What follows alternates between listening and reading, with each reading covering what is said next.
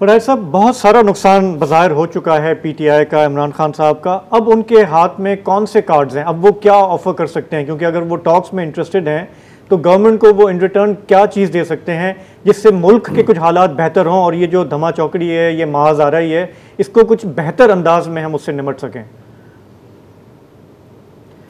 सोहेल साहब, आपको मेरी आवाज़ आ रही है?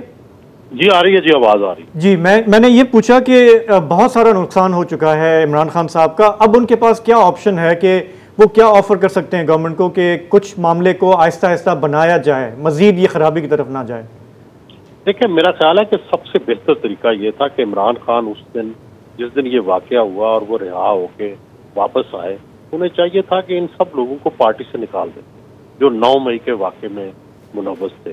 तो पार्टी भी बच जाती, एस्टेब्लिशमेंट को भी अच्छा पैगाम देते और उससे जो आज सब कुछ हुआ है इससे बच सकते थे। अब भी मैं समझता हूँ कि वो जो आज भी उन्होंने जो बयान दिया है कि जी क्योंकि मिलिट्री ने मुझे पकड़ा था और रेंजर्स ने पकड़ा था, इसलिए लोग मिलिट्री के खिलाफ जो है वो मुजाहरे कर सकते थे।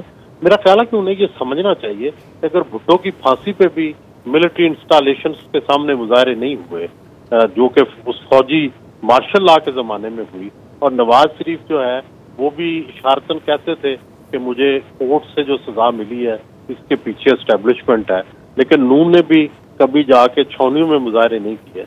तो उससे सबक सीखना चाहिए कि वो किस तरह से पीपल्स पार्टी जो थी वो एक एंटी एस्टेब्लिशमेंट पार्टी से प्रो एस्टेब्लिशमेंट पार्टी बनी है, और किस तरह नून ने तीसरी दफा सुलह करके चौथी हुकूमत ले ली है।